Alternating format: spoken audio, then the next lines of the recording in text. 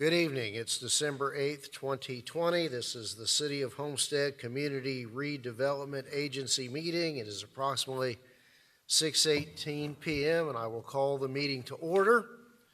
This is a hybrid CRA meeting which allows for the public to participate by calling in through Cisco WebEx or physically attending. Please note that due to COVID-19, there will be limited occupancy available in the council chambers. Face coverings must be worn by attendees at all times. In addition, the public will be subject to temperature checks and COVID screenings will be retired. The meeting can also be viewed live on the City Access channel or City website at cityofhomestead.com. The City will be accepting public comments as part of the meeting, which can be emailed to publiccomments@cityofhomestead.com. Public comments are limited to 300 words per comment. Any public comment on an agenda item can be submitted by noon Monday, December 7th and will be included in the minutes. Public comments should include your name, address, and your comment and may be submitted up until 30 minutes after the end of this CRA meeting and will be included in the minutes. Roll call, Madam Clerk. Board Member Ruff. Here. Board Member Bailey. Here. Board Member Fletcher. Board Member Shelley. Board Member Abela. Here. Vice Chairwoman Fairclough Staggers. Present. Chairman Losner. I'm here. Thank you. Are there any additions or deletions tonight? Yes, sir. Car number 3053 has been removed from the agenda for tonight. Okay. Thank you. All right. So, tab 1 is the approval of the minutes of our previous session of November 10th, 2020. Do I have a motion for approval of those minutes? Moved by Board Member Roth. Second by Councilwoman Bailey. Are there any further questions or comments? All in favor? Aye. Any nays? Tab 2 has been deleted. Next item, tab 3, is car number 3054, Commercial Enhancement Grants Guidelines. Mr. Pearl, do you need to read the resolution into the record?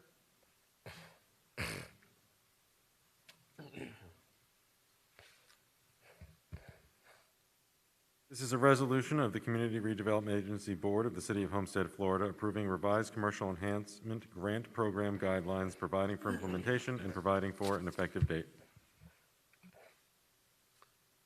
Thank you. Ms. Driver? Thank you, Mr. Chair. Since 2011, the Community Redevelopment Agency has implemented the Commercial Enhancement Grant Program, which consists of 2 grants, Commercial Enhancement Program and Business Relocation and Expansion Program. Upon review of the guidelines, staff identified modifications that we would like to recommend for the program guidelines to enhance the effectiveness of the program. The one significant modification is to change the maximum award per commercial building that is currently at $25,000 to now allow a building that has been subdivided into different businesses, different areas, to allow for them to have a tenant that can now apply for a commercial improvement grant. As of right now, it only allows $25,000 per building. So if a landlord has 3 tenants in his building, only one of them could possibly apply, or at least they could only get a maximum of 25 for that building. We think that it would be more effective and more enticing to encourage tenants to apply and new tenants to come in if we would allow $25,000 maximum per tenant or per applicant in spite of the building, and no maximum award for the building. So that is the one significant change that we are proposing tonight. The other changes were just streamlining the guidelines so that just cleaning up some typos and things like that. But that was the main significant change. Okay. Thank you. Any questions or comments from the board? one quick, Councilwoman Sorry. Bailey, Member Just- Bailey. I think that that was a really smart move. We have so many different areas there that have different tenants, so I agree completely. I was just curious, when was the last business relocation grant that we've awarded? Has it been a while? No, just your last meeting, when you were awarded for the salon. That was the So last.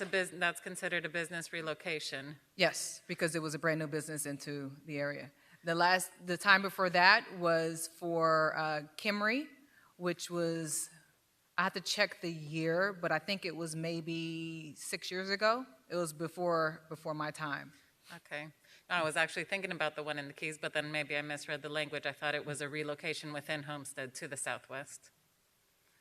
Which one? I'm sorry. No, I was actually thinking about the one from the Keys, but I thought the relocation was from within Homestead to the southwest. No. But it could doesn't be have to. anywhere in It could Florida. be anywhere, yes. Okay. Thank you. Thank you, Mayor. Thank you. Councilwoman? Thank you, Mayor. I appreciate the changes that are being made. I think it's going to make a lot of people, a lot more people eligible to improve their business. I am disappointed that we've only done 2 in the last 6 years.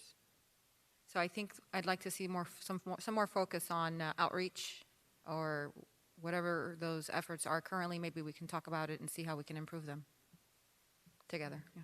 Just to clarify, the only two that we've done have been business relocation or expansion. We have done commercial grants every year.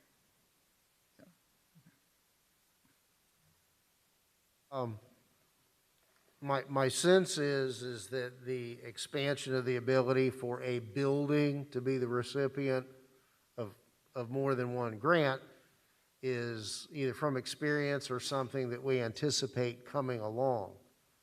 We also have to recognize there's only, $450,000 left in that budget.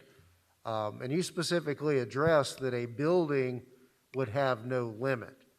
Are we potentially faced with a situation where all of the money for a given year could go to one building? That doesn't really seem to help promote our goal of widespread improvements.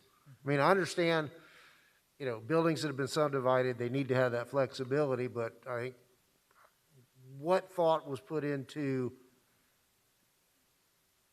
not embedding a limit into the changes per building? We did consider that, and if the board wishes to put in a limit per building, we could. We don't have that many buildings within the CRA that have multiple tenants. But the point is well taken, if we have new buildings that are erected, what's to stop them from having, more capacity to serve more businesses than what we currently have exist. So if you all are interested, we can definitely consider and look at, and you guys make the determination if you want to put a maximum, per building, we can. Just, again, the goal was just to make it to where, some of our current buildings that we do have in downtown, they are subdivided so that they have multiple businesses in there. And right now, we could only probably service just one of those businesses. So if you want to entertain possible limit per building, we can. Oh, I was thinking in terms of an annual limitation, not necessarily a lifetime limitation on a building. And what came to my mind immediately was the existing building of the Pioneer Mall, the Woolworths building that has, a lot, last I was in there, a lot more potential more than enough potential to eat up the whole budget in one location in a year. And the Mitchell Hardware building that's being renovated and subdivided where we could attract, and I know the landlord is working on attracting a lot of different businesses. So, it's just a concern that in any given budget year, we're not really at risk of the entire allocation for that year going to one location. I think that we've got a balance between benefiting businesses who want to relocate or expand and balance that between expanding the impact of those monies throughout the CRA area. What came to my mind just arbitrarily was perhaps, on a budget year basis, limiting a building to $100,000, which is about 25% of the budget. Just a Well, thought. I mean, I Mayor- don't know that it would ever come to fruition, but it could. Mr. Mayor, if I may, one thing that we do have in our guidelines that kind of helps with this is that each business has to have their own separate entrance. So Pioneer Mall, those businesses in there, they wouldn't qualify.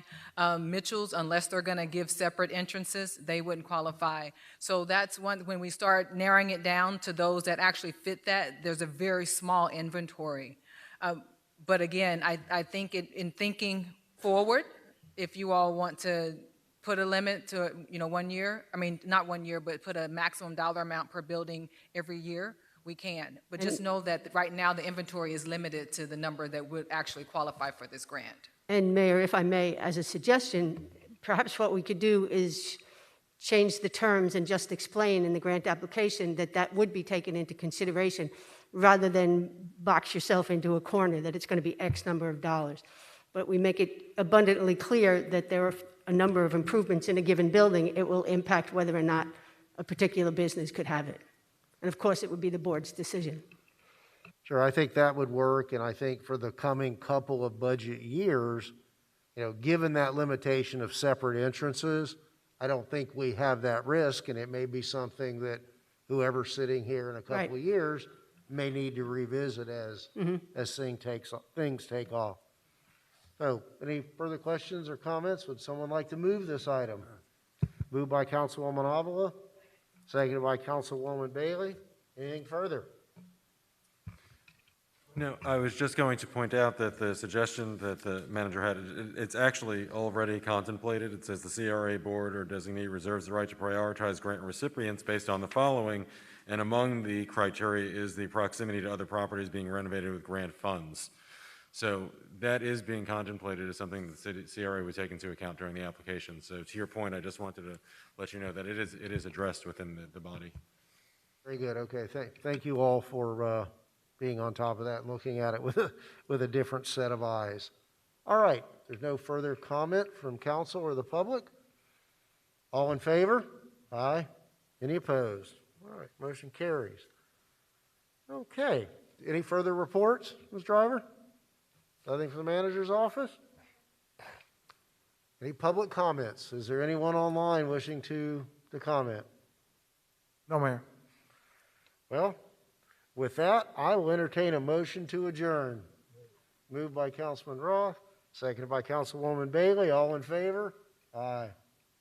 Thank you. CRA meeting is adjourned.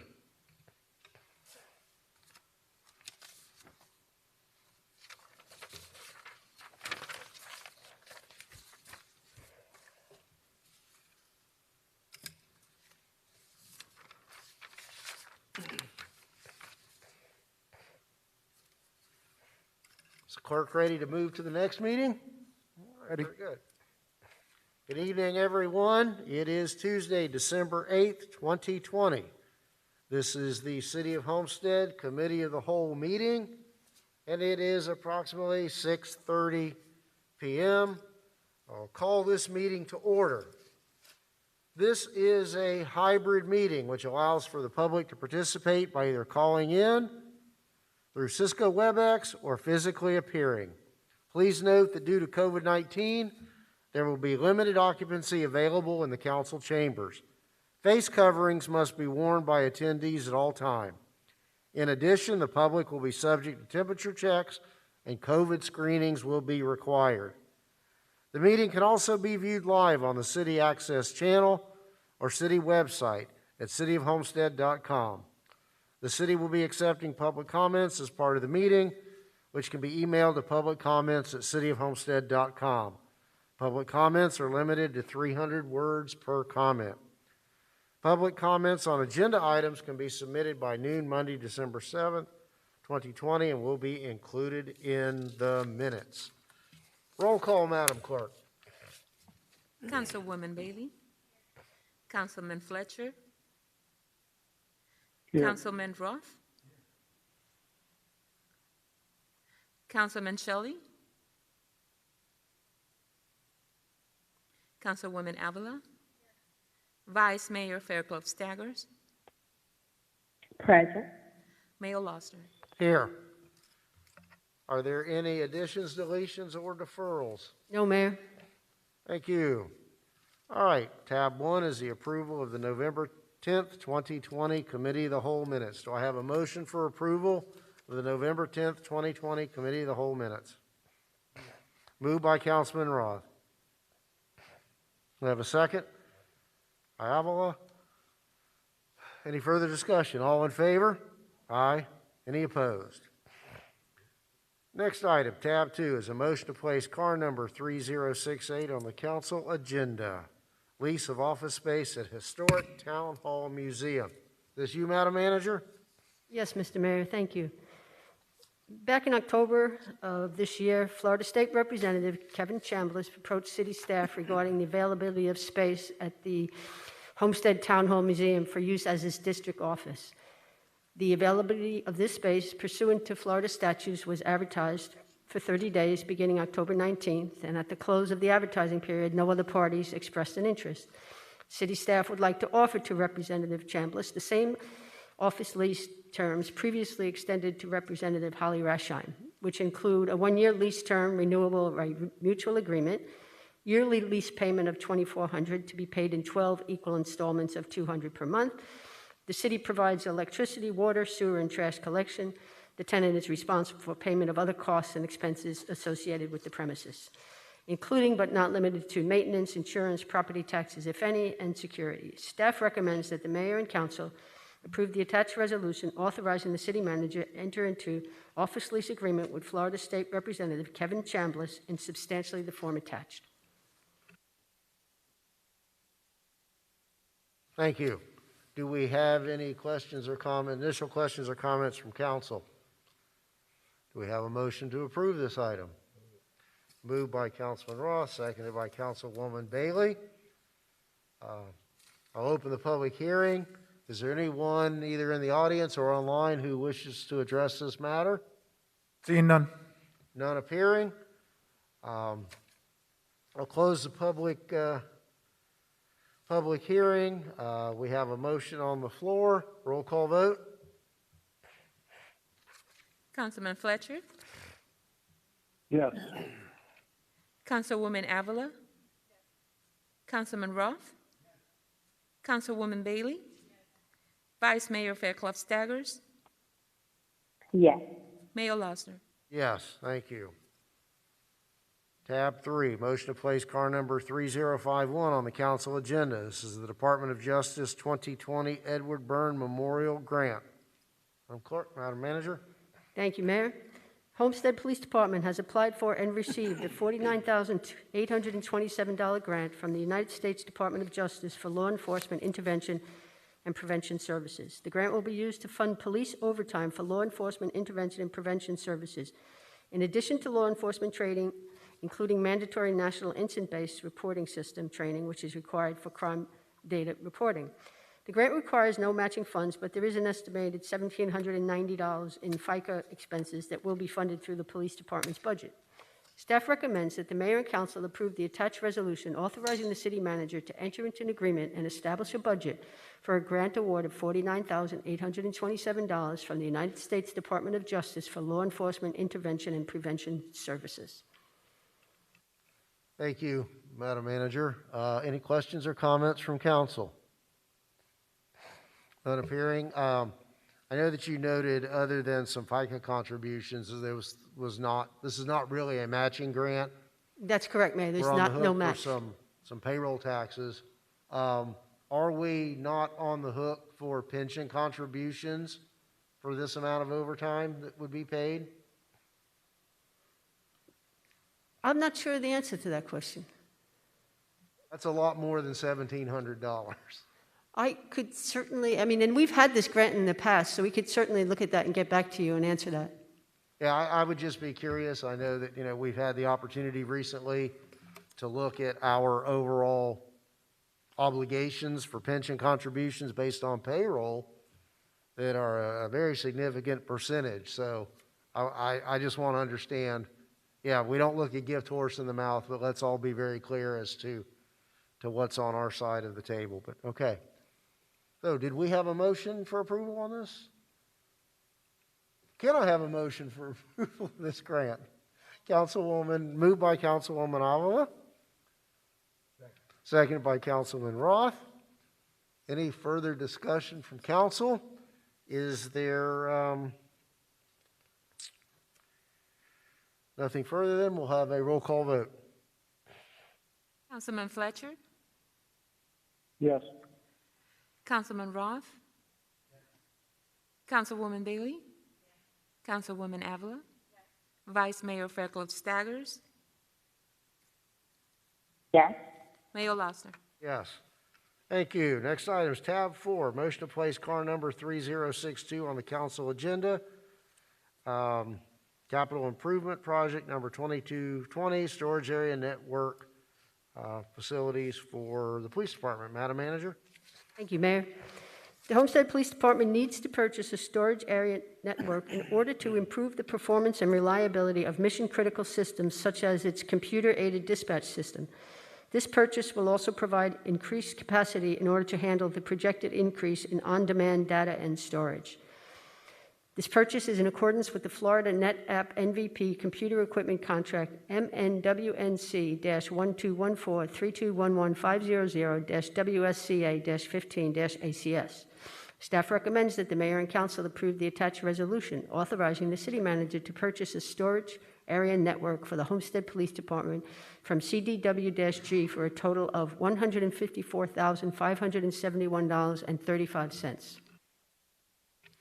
Thank you. Any questions or comments from council? We have a motion to approve. Moved by Councilman Roth. Seconded by Councilwoman Avila. Any further questions or comments? None appearing. We'll close this item. And all in favor? Aye. Any opposed? Aye. Thank you. All right. Tab 5 is a motion to place car number 2995 on the council agenda, the purchase of a replacement F-150 pickup truck. Madam Manager? Thank you, Mayor. This purchase is for the replacement of a 2005 Ford F-550 vehicle number 05410, which is used by the water treatment operators for day-to-day operations, as well as transporting samples to the county. The current vehicle is 15 years old and has over 111,430 miles. Fleet recommends replacement of the vehicle due to age, mileage, and maintenance costs. The purchase of this vehicle is in accordance with Florida Sheriff's Association Contract FSA 20-VEL28.0. This project is part of the city's capital improvement plan, CIP number 0678. In order to ensure that local vendors had an opportunity to participate in this purchase, the Procurement Division issued a request for information to local vendors and no responses were received. Staff recommends that Mayor and Council approve the attached resolution authorizing the city manager to purchase a 2021 Ford F-150 half-ton regular cab 4x4 pickup truck from Bozard Ford Government Fleet for $32,133. Thank you. Questions or comments from council? Mr. Roth? Thank you. This goes back to, I think, something that Councilman Fletcher started to point out and some of the extras that come along with the purchasing of some of these vehicles. And just something maybe you guys can look at in the future at some of these additional costs, like a third key with programmed remote for $400. You know, things like that I don't seem to understand why we need a third key remote that's $400 when we can get other keys made that are a lot cheaper than that. Along with, I think Councilman Fletcher actually brought this directly out, was cruise control. I'm not sure if this is a truck that's going to be going up and down the highway, but there's another savings there too. So in the future, as you guys are looking at purchases, some of these things you might be able to negotiate with some of the vendors are some of these little bitty costs that, as our mayor mentioned, you know, we're looking for coins in the couch. These are coins in the couch again. So just some of the little things to look at in the future, just to, as we try to figure out where we are financially in the city. But small little bites at a time, and you know, there may be other things on here we don't need. on here as well, so, but just a thought. Thank you. No, Thank you, Mayor. absolutely, Councilman. And actually, after Councilman Fletcher brought it up, we did look at the purchase of the vehicle, and it seemed that some of the things were standard, but I see the list of items that you're talking about, and we can absolutely ensure that we look at that in the future. Thank you, Mayor. Absolutely. Thank you, Councilman Roth. Appreciate that. Any further? Do we have a motion for approval? Moved by Councilwoman Avila, seconded by Councilman Roth. All in favor? Aye. Any opposed? All right.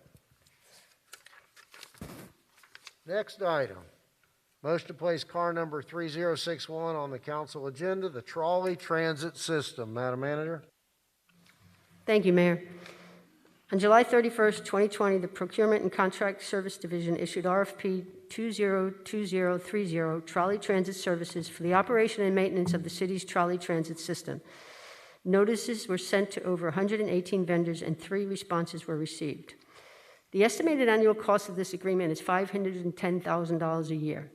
It's a 3-year agreement with the option to extend for 2 additional 1-year periods upon the same terms, conditions, and mutual written consent of both parties.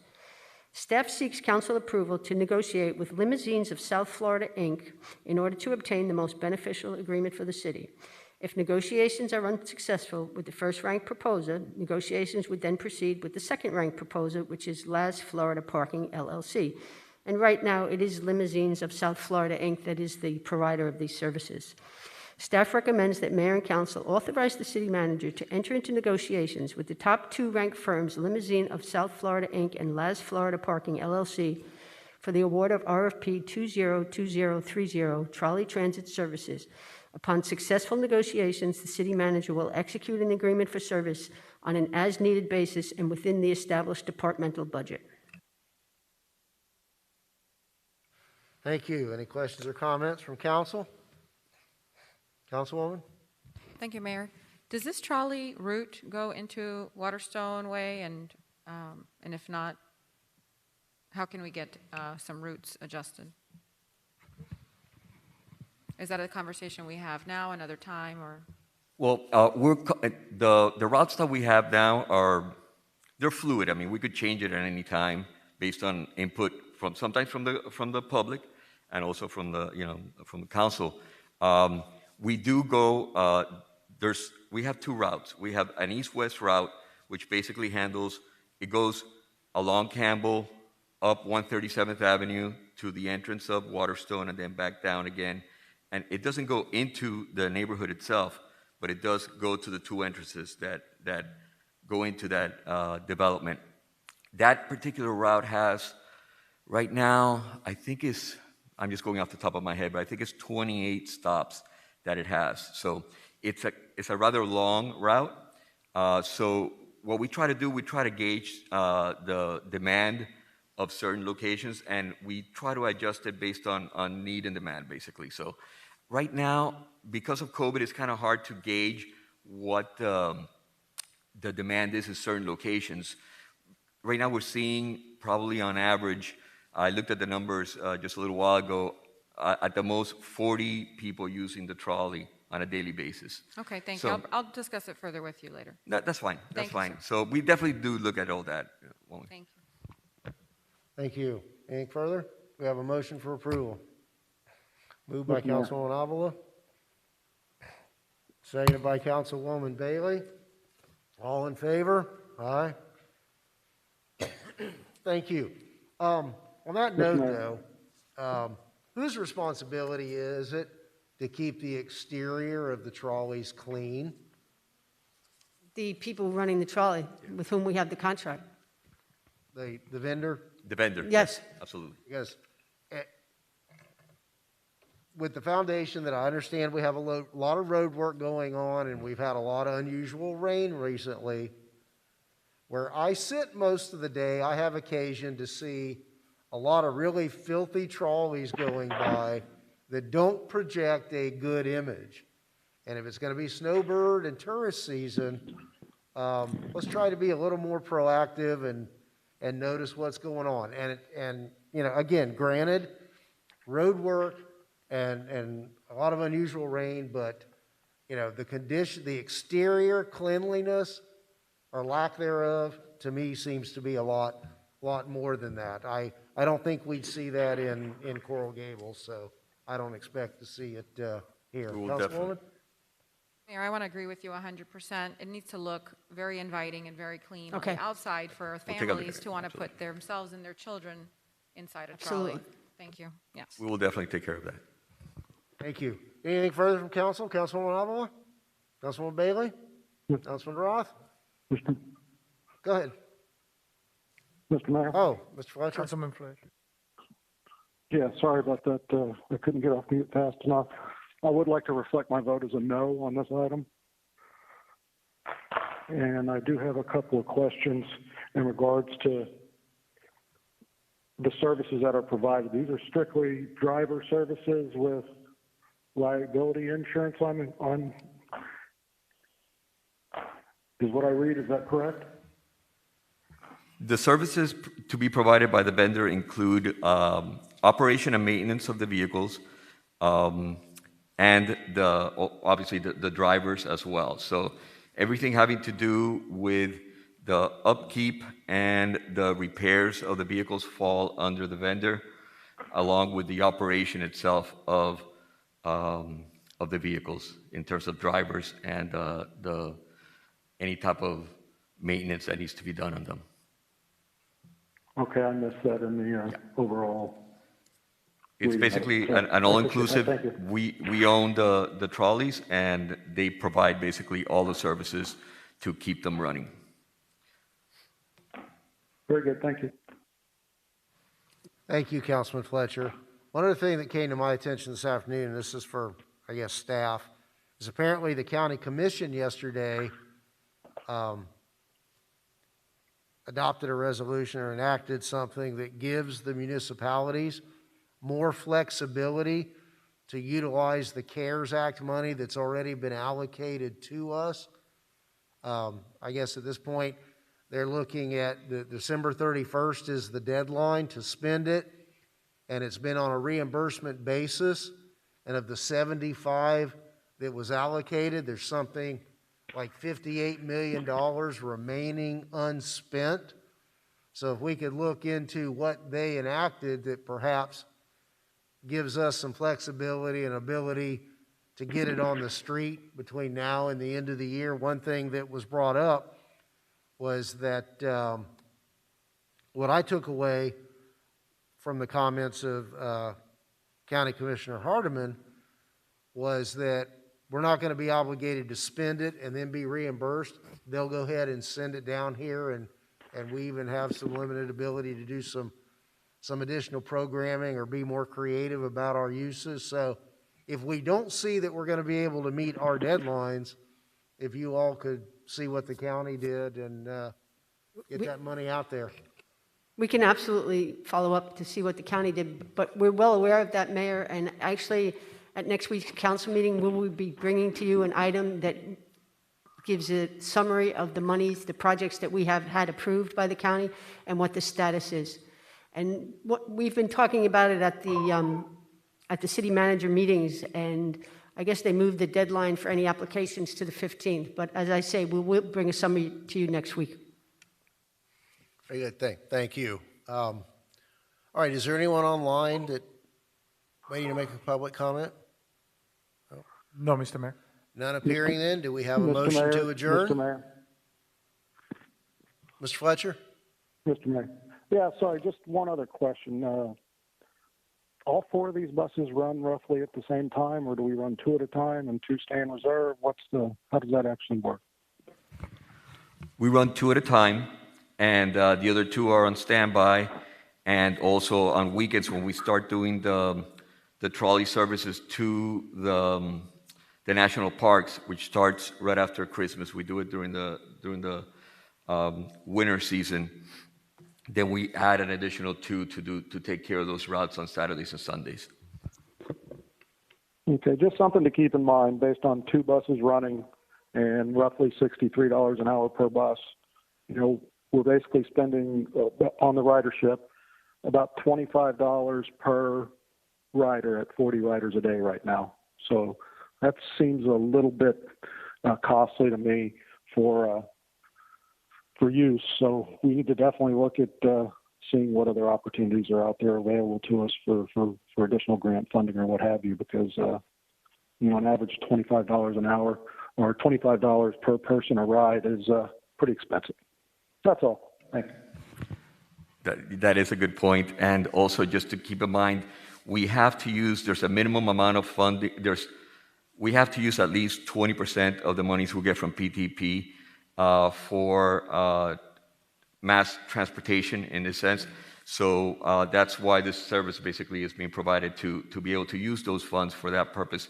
In addition to that, we also got FTA funding, which will cover the next 5 years, which we're going to use that money to supplement the PTP funds so we can then use the PTP funds for something else. Like you said, that's something that we can get a little bit more bang for our buck. I appreciate it. Thank you. That's all I have, Mr. Mayor. Thank you, Councilman Fletcher. So I think we have a motion to adjourn and a second pending. All in favor? Aye. Thank you all. Good night.